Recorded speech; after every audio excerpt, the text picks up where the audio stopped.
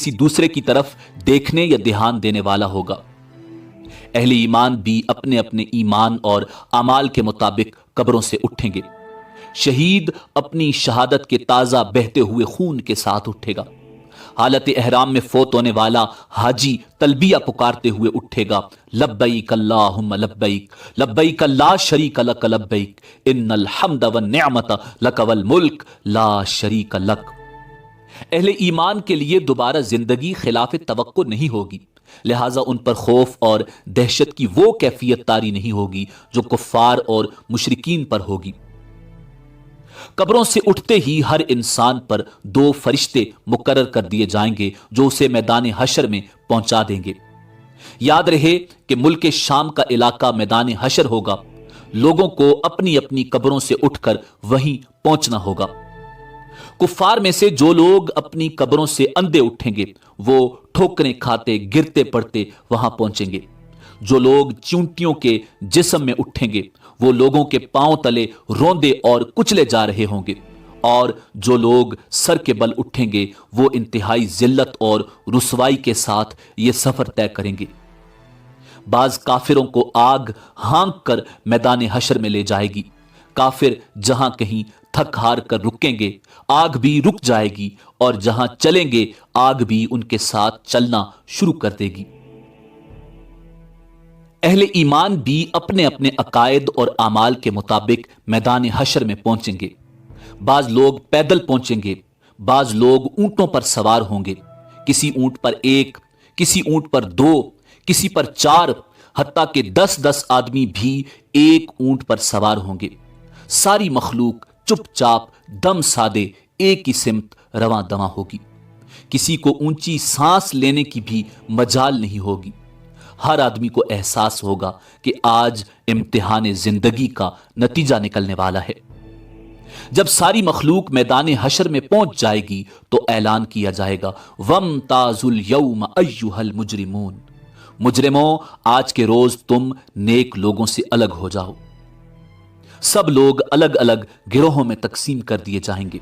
सूरज की परस्तिश करने वालों का गिरोह, सितारों की परस्तिश करने वालों का गिरोह, आग की परस्तिश करने वालों का गिरोह, बुतों की परस्तिश करने वालों का गिरोह, कब्रों की परस्तिश करने वालों का गिरोह, मुनाफिकों का गिरोह, मुर्तदों का गिरोह एक तरफ, और दूसरी तरफ ईमानदारों को उनके अकायद और अमाल के मुताबिक अलग अलग गिरोहों में तकसीम किया जाएगा।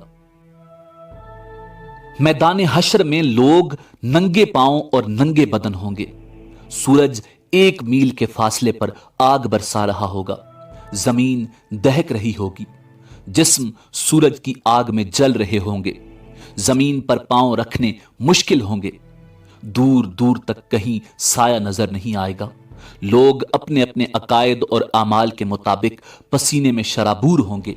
किसी को टखनों तक, किसी को पिंडली तक, किसी को घुटनों तक, किसी को जानुओं तक, किसी को कमर तक पसीना आया होगा।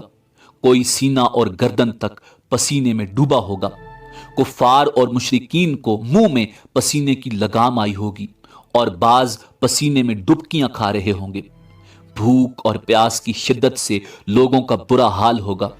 भूख, प्यास और शदीद गर्मी की हालत में लोग 50,000 साल तक खड़े रहेंगे और तंग आकर अल्लाह ताला से दुआ करेंगे, या अल्लाह हमें इस मुसीबत से निजात दिला, खा जहन्नुम में भेज दे। याद रहे आज सूरज का हमारी जमीन से फासला 9 करोड़ 30 लाख मील है।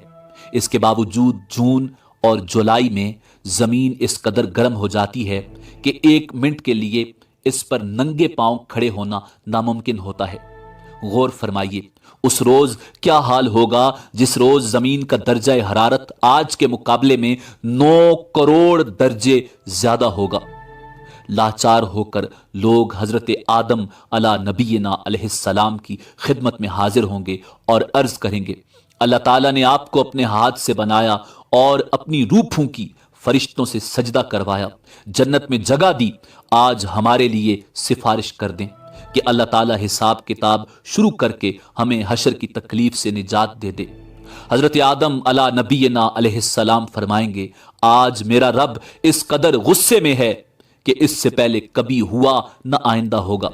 مجھ سے جنت میں اللہ تعالیٰ کی نافرمانی ہو گئی تھی، جس کی وجہ سے مجھے اپنی جان کی فکر ہے، لہٰذا میں سفارش نہیں کر سکتا، تم لوگ نوح کے پاس چلے جاؤ۔ لوگ حضرت نوح علیہ السلام کی خدمت میں حاضر ہوں گے اور اپنا مدعا بیان کریں گے۔ حضرت نوح علیہ السلام بھی یہی کہیں گے کہ آج میرا رب اتنے